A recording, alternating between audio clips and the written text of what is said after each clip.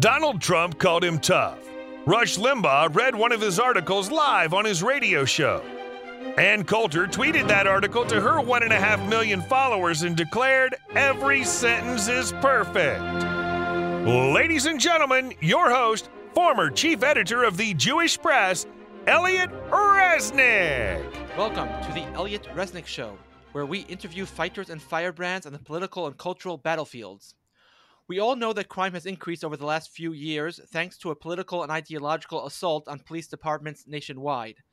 This rise has affected Black Americans more than anyone else, but liberals refuse to change course. Yes, 2,200 more Black Americans, for example, may have been killed in 2020 over 2019, but racism courses through the veins of law enforcement and needs to be curbed, they say. I always wonder where these supposed racist cops in places like New York and Los Angeles were educated, since in America I know racism is about the worst possible sin one can commit, a fact drilled into the heads of virtually every child in the country. But be that as it may, liberals claim that far too many blacks die at the hands of police and something needs to be done about it. The truth is that liberals are correct. Most victims of police shootings are Black or Hispanic. But there's a simple explanation for that, and here to talk with us about it is Heather McDonald, perhaps the greatest and most honest expert on crime in the country. She is the author of several best-selling books, including The War on Cops, The Diversity Solution, and The Burden of Bad Ideas, and a contributing editor of City Journal. Heather, welcome to the program. Well, thank you so much for having me on, Elliot. I'm glad to be on. And if I could just quickly intervene to correct something you said, it is not the case that Blacks and Hispanics are most of the victims of police shootings. That's just one of the many misconceptions that I'm not surprised you hold and the rest of the public holds, because if you only followed the media, you would think that, in fact, the police are only shooting Blacks and to a lesser extent Hispanic. And you would also have a wildly inflated idea of how many such police shootings there are. In fact, whites make up at least half of all the victims of fatal police shootings every year. Blacks make up about 25%. And I'm going to just guess here that many viewers would imagine that hundreds, if not thousands, of Blacks are killed by the police every year. In fact, the number is averaged, since we've been tracking pretty detailed, about 250 Blacks are killed a year by the police. The vast majority of those are armed and dangerous. Okay, so thank you for correcting me, because it's been a few years since I read your book. Otherwise, I would have had the correct number. But I guess I simply assumed, because one of the fascinating parts of your book to me, and I've been a conservative my whole life, but even conservatives don't know these basic facts, which is, you write that I think 97% or 96% of violent crime in New York City and basically every other major city in America is committed by Blacks or Hispanics.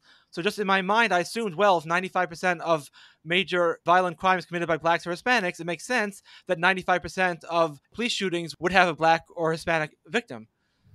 Well, that's an absolutely appropriate assumption, Elliot, because you at least are onto the crucial issue in all anti-police discourse, which is the benchmark problem. Here is how the mainstream media, Joe Biden, the Democratic Party, managed to convince American citizens that policing is racist. They get their hands on police activity data, whether it's arrest ratios or ratios of who gets stopped, and they compare those ratios to population data. So, for instance, in New York City, Blacks make up about 53% of all the subjects of pedestrian stops that the New York Police Department makes.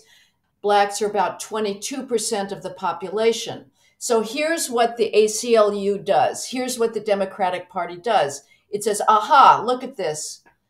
Blacks make up twice as high a proportion of stop subjects as they do the population ratios. Therefore, by definition, the police are racist, and they are engaged in this awful racial profiling. Well, as you imply, Elliot, that is the wrong benchmark. The police do not determine their deployment. They do not determine their tactics based on population ratios. They go where the crime is happening. They go where people are calling 911, where shot spotter technology is saying, here's where the drive-by shootings are happening.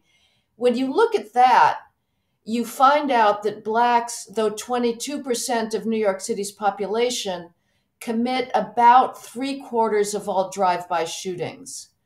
And we know that not because of the racist police, but because that's what the victims of and witnesses to those drive-by shootings, who are overwhelmingly minority themselves, tell the police in the rare instances when they're actually cooperating and not silenced by the anti-snitching ethic.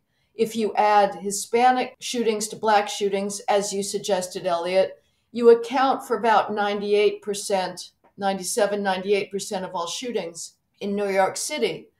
What does that mean?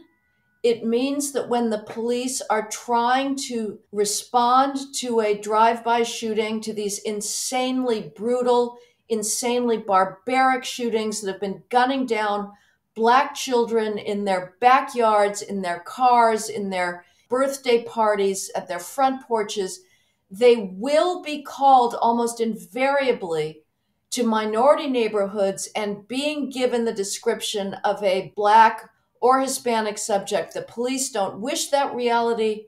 It's a reality that is forced upon them by the sheer reality of violent crime. So in a certain way, the number of wrongful shootings of Blacks should be much higher than it is, based on what you're saying.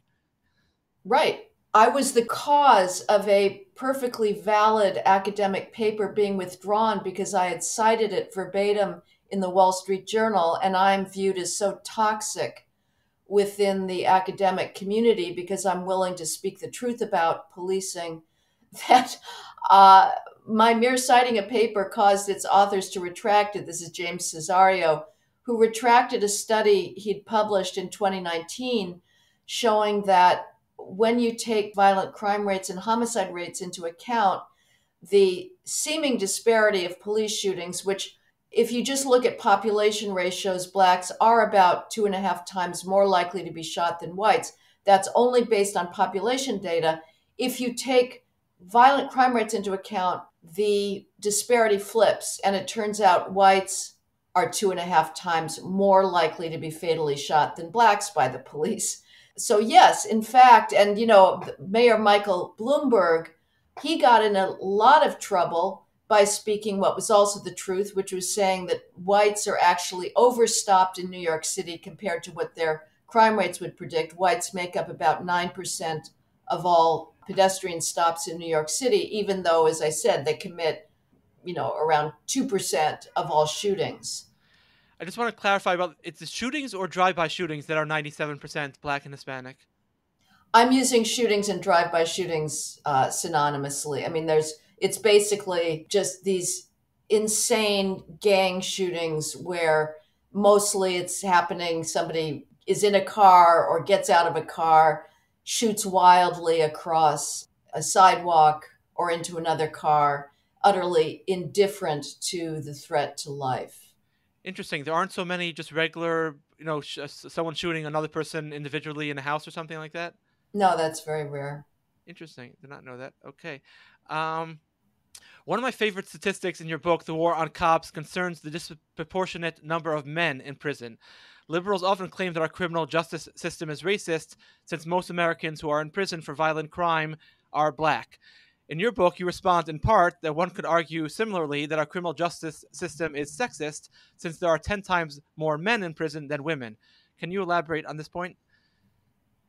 Well, it's just that we're willing to put up with disparities if they seem to affect males negatively, and we're rather rational about the fact that there are real disparities in criminal offending. Homicide statistics are the gold standard of all criminal data. And just as those data show that males are disproportionately among the criminal population, they also show, sadly, that Blacks are way overrepresented among the criminal population. And, I've been speaking about New York City, but let's go to the opposite coast. These disparities exist in Los Angeles as well. In LA, Blacks are 51% of all robbery suspects whose race are known, even though they're 8% of LA's population, making Blacks in LA 37 times as likely to commit a robbery as whites. And Blacks are about, as far as homicide goes, they're 34% of homicide suspects, and whites are 4%, making Blacks 31 times as likely to commit homicide as whites. So you cannot, again, the police cannot respond to those disparities without generating the disparate stop and arrest data, which the ACLU will use to try and discredit the police as racist.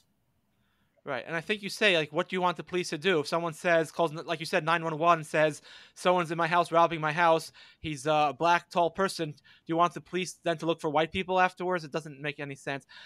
All right, I want to ask you a question about sort of the history of how we got here, the high black crime rate, because it wasn't always this high. And also the black out-of-wedlock birth rate, which some people argue contributes to crime, also was not nearly this high. It used to be 50 percentage points lower in the 1960s, as you know and you've written about. Some conservatives blame white liberals for these developments. They argue that these liberals relaxed societal restrictions and expectations at precisely the moment that blacks needed these restrictions and expectations the most. For example, when blacks rioted in the 1960s, whites did not immediately quell the riots. Instead, they indulged them. And when blacks started competing for previously inaccessible college and job positions in the 1960s and 70s, whites did not treat them equally. Rather, they treated them like little children and gave them preferential treatment. If you could roll back the clock and magically control society at the end of the civil rights movement, what would you have done differently, and do you think it would have made a difference? Well, Elliot, I totally agree with you that the encouragement of the oppositional culture that eventually came out of the Black Power movement in the 60s was precisely the wrong thing for achieving racial equality.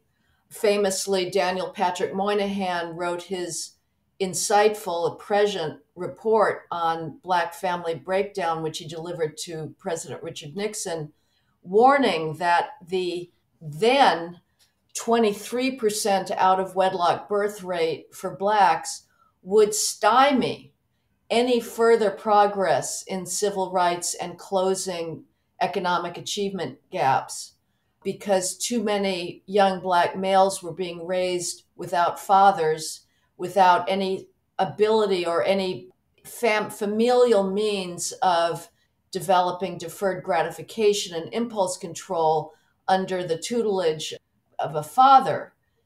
Okay, so Moynihan was saying this is catastrophic when the out-of-wedlock birth rate was 23%.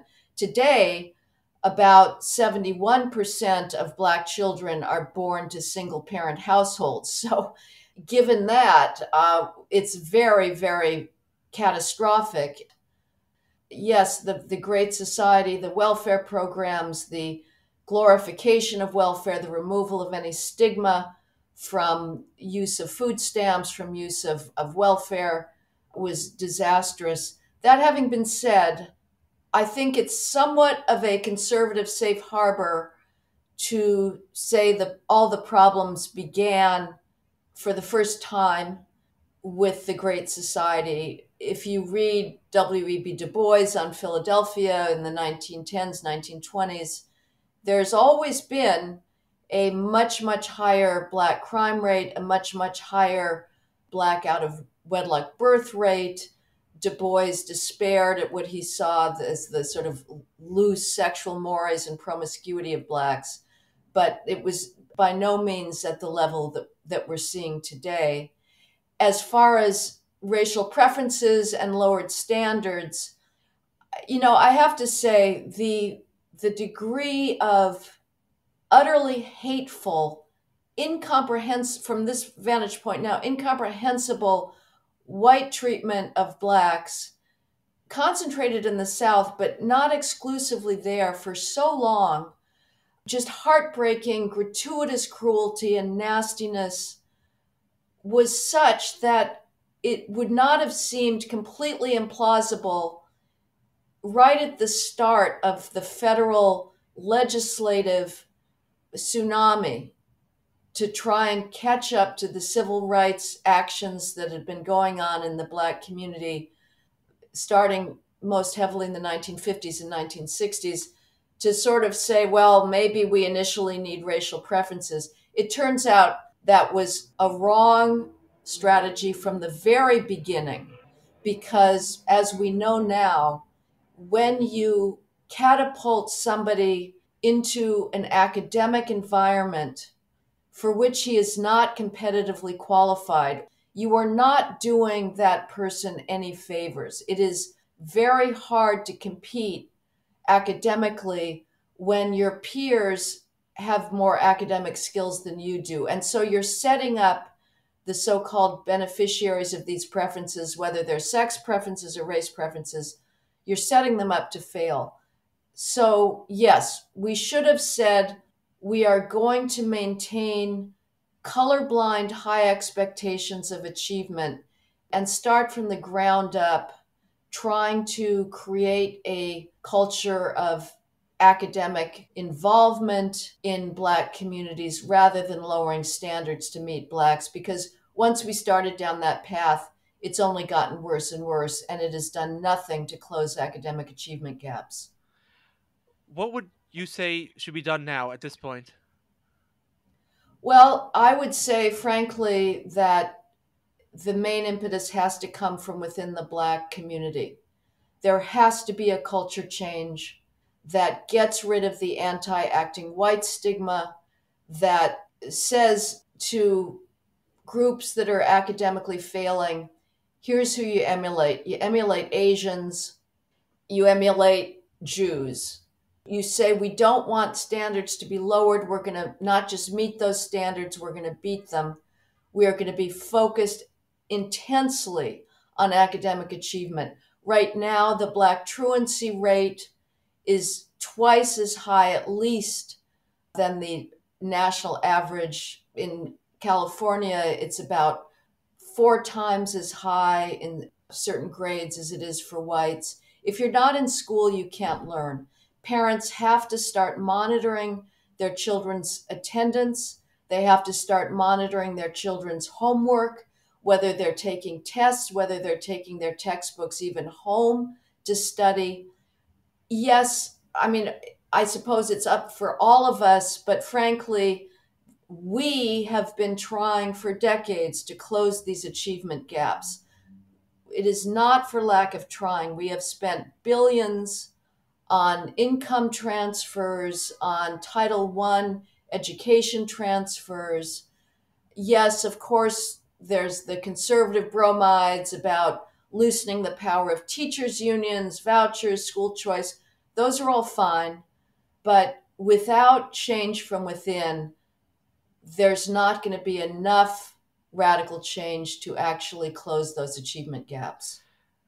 I want to ask you about your background. Before I do, I just want to quickly mention one of the best lines I found in your book, The Burden of Bad Ideas. I think it's like the opening sentence. You say, you asked a woman, what would you do if you didn't get these food stamps and WIC checks, these various government programs? And she said, well, I would get married. and that's a great illustration of the power of government incentives to either behave correctly or an incentive, unfortunately, to behave incorrectly. Okay, you were featured in a 2008 book called Why I Turned Right, which contains the journeys of 12 baby boomers who abandoned liberalism as they got older. In explaining why you became conservative, you offer 2 reasons that stick out in my memory. One is deconstructionism, which I believe you were studying intensely at Yale, and the other is homelessness. Can you discuss these two? First, briefly, what is deconstructionism for those who are unfamiliar with it, and what led you to go from revering it to disdaining it? Well, I hope your listeners want to dive into some of the most bizarre reaches of academia. Deconstruction was a literary theory that was in the ascendant in the 1970s and early 1980s in literature departments. And it purported to be a theory of language and literature that contained some very, very bizarre propositions. And I don't expect anybody to understand these because they're not understandable. They're totally counterintuitive and counterfactual. But deconstruction held that there is no such thing as the human subject. We are just sort of plays of language. Books are only about themselves. They're not about human experience, human pathos, love, loss, longing. They're only about their own failure to represent reality. It said that the fact that language is made up of a bunch of arbitrary signs, because there's no innate connection between the word cat and the furry animal using your cat box in your apartment, that because we use arbitrary signs to communicate, we therefore can't really ever communicate. I mean, none of these propositions make sense, but they were presented as something very powerful and a taboo knowledge about the nature of language and the nature of the human self. And I was ignorant and naive enough to be attracted to this because I'd always been interested in language and representation. And so I wasted far too much time in my undergraduate years trying to master these theoretical writings that were written in the most jargon-heavy language by such authors as the French pseudo-philosopher Jacques Derrida, or at Yale University, the Belgian literary theorist Paul de Man. And I revered my professors because they seemed like they were the source of knowledge. And for me, knowledge is eros. I fell in love with most of my professors because I yearned for knowledge. And then I studied linguistics in Cambridge University in England, and I realized that everything deconstruction was saying about language was completely lunatic. As far as social welfare policy, homelessness and whatnot, yes, I'd been a liberal by default. I grew up between the coastal elite cultures of elite academic environments, whether in Los Angeles or Massachusetts or, other New England places. And though I was not particularly political, I just unthinkably absorbed, received liberal wisdom. When I started doing journalism for the first time in New York City in the 1990s and would go to welfare offices and homeless offices and talk to the clients, what I heard was something I'd never come across before, which was basically the conservative critique of big government and people saying, they should have done this welfare reform years ago. These welfare mothers are so lazy they can't even change the light bulb in their apartment. Who's telling me this? Welfare mothers. So I was getting a very different perspective on the ground than the one you would get from the New York Times. And so I learned my conservatism from the ground up by going out and reporting on the Giuliani revolution that was transforming New York City so much for the better in the 1990s. If I recall correctly, because I don't have the book with me, I saw it a few years ago. You write, I think, that there was an actual program, either in New York or elsewhere, where homeless people could get a free apartment, and yet almost all of them refused the offer. And I think you write that something clicked in your head that maybe the problem is not just society, maybe the problem is actually the homeless people themselves. Well, that's not an old statistic. That's true of every outreach program from the 80s on forward. You can offer vagrants housing till you're up a gazoo and they'll turn it down. They want to stay on the streets. This is a lifestyle choice. They've got drugs. They've got often tents being delivered to them, food, clothes, pizza sometimes delivered to their encampment. So this is the acid test. If they really are homeless, imagine somebody who actually is homeless. This house has been knocked down in a flood or a fire or a landslide or a tsunami, and somebody offers him shelter. Is that person going to say, oh no, I'd rather stay here on the cold in the street? No, if you're really homeless, you're going to accept shelter. So the idea that this is a housing problem is completely a farce. Just getting back for a second to deconstructionism, is that just something you mentioned in the essay, or was that part of the reason why you became a conservative, actually? Your disillusionment with it? I would say it's more of a reason why I didn't become an academic. As far as why I became conservative, I think that it was more, even when I was still thinking in a more liberal way, I hated racial preferences. I have always believed in meritocracy. I think that the only criterion for any kind of job or position in a university or hiring in medical schools or to science labs, the only relevant criterion is, are you the most qualified? And racial preferences and sex preferences are now ubiquitous. So that turned me away from the democratic liberal playbook. And then also, again, seeing the reality of big government programs. And then at the end of the 1990s, I started writing about crime and policing. And that also worked for me by doing on the ground reporting to explode the left-wing myth about biased policing. Last question, and it relates to what you were saying about meritocracy, because I first became fascinated with your work some 20 years ago when I read your book, The Burden of Bad Ideas, and came across a chapter on the New York Times 100 Neediest Cases.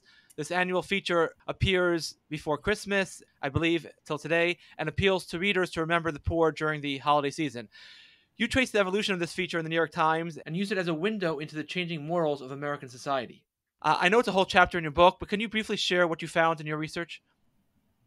Yes, it's one of those articles that's based on the just excitement of doing archival research in newspapers. It is a simply stunning experience to read newspapers from the turn of the 20th century up through the mid to halfway through 1960s practically. We forget that the New York Times was not always a battering ram against American culture and Western civilization. It considered itself an upholder of that civilization.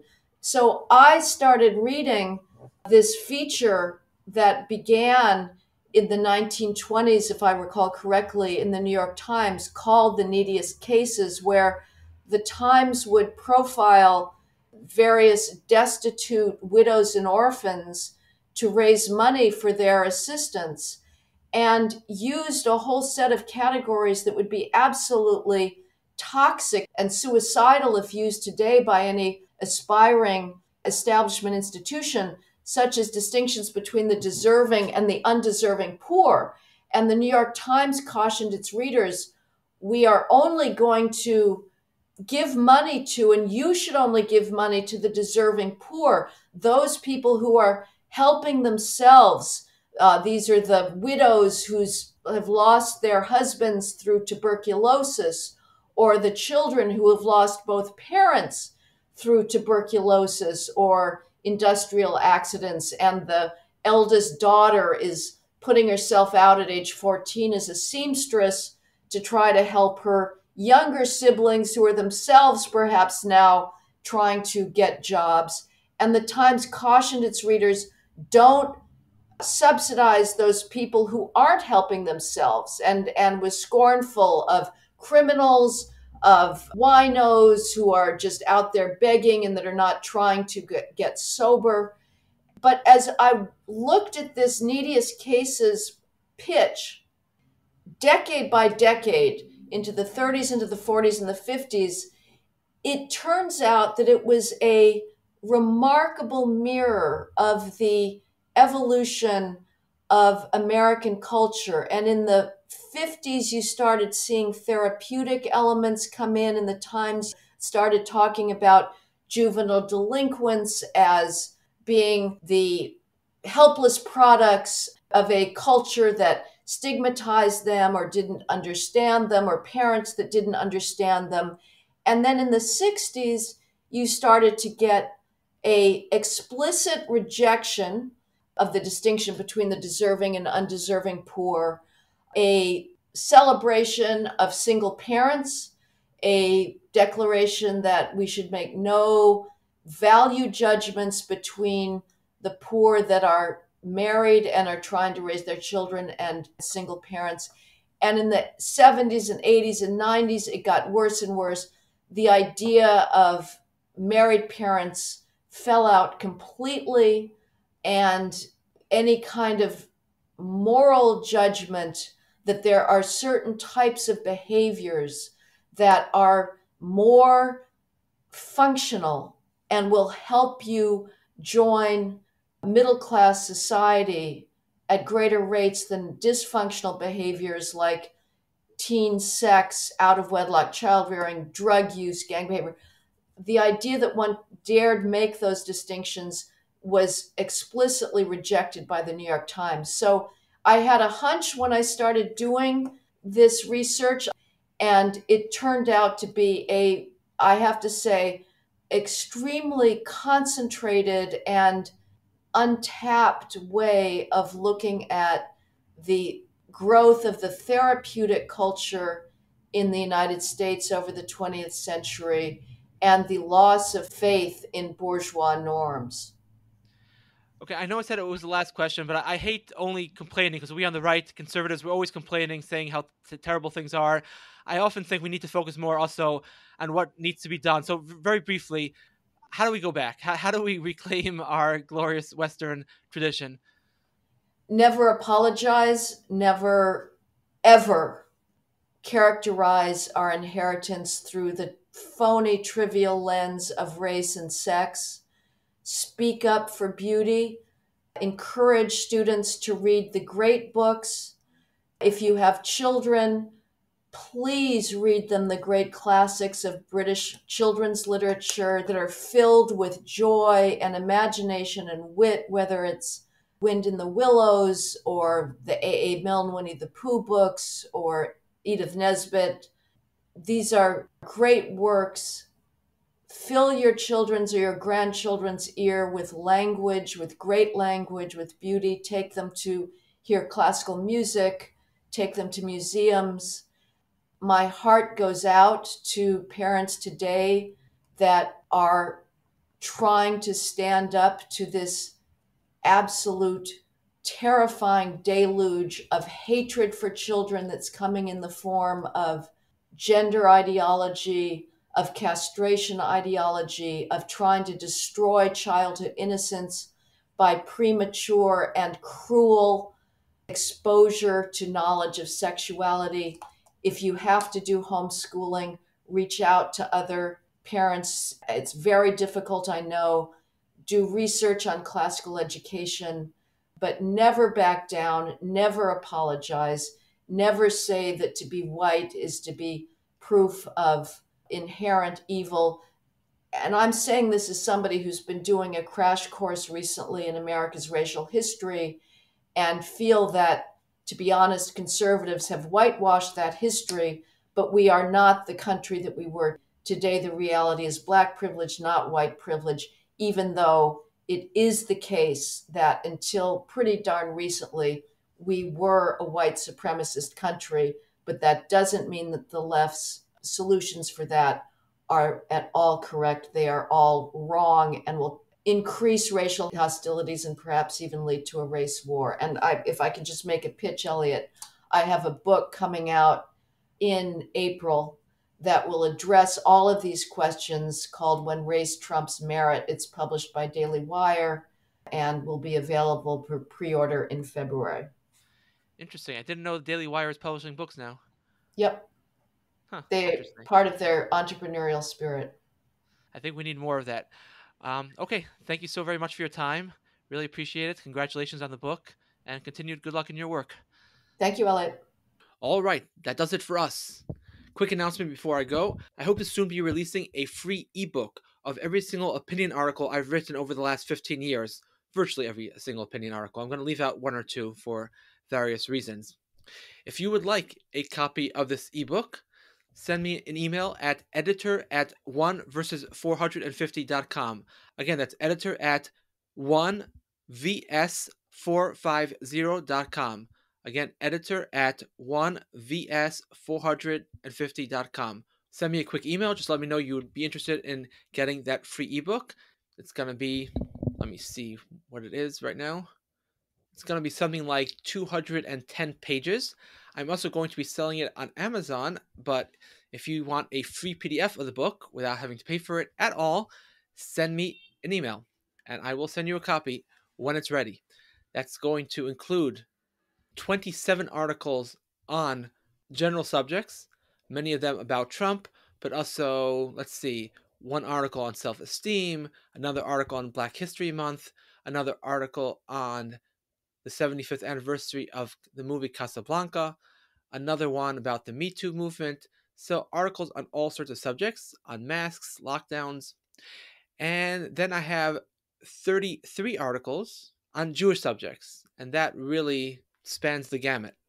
Some of the titles of those articles are The Case for a Well-Rounded Education, Should Everyone Learn Shas, Who's Rendering Women Invisible, Is Jewish Parenting Lax, What Would Mayor Kahana Do, Does Israel Need America, Tzitzis In or Out, and What About the East Bank? And then I'm also including 5 book reviews I wrote. One of them actually is on a book by Heather McDonald, the one I was just talking with her about, The War on Cops. Another one is a book by Rari Jonathan Sachs. Another one by Geert Wilders from the Netherlands. Another one on the biography of Rabbi Meir Kahana by his wife, Mrs. Libby Kahana. And the 5th one is on volume 9 of the collected writings of Rabbi Samson Raphael Hirsch. All of this in 210 pages, and all of it for free. Just send me an email. All right, have a great night or a great day, depending on when you're listening to this podcast.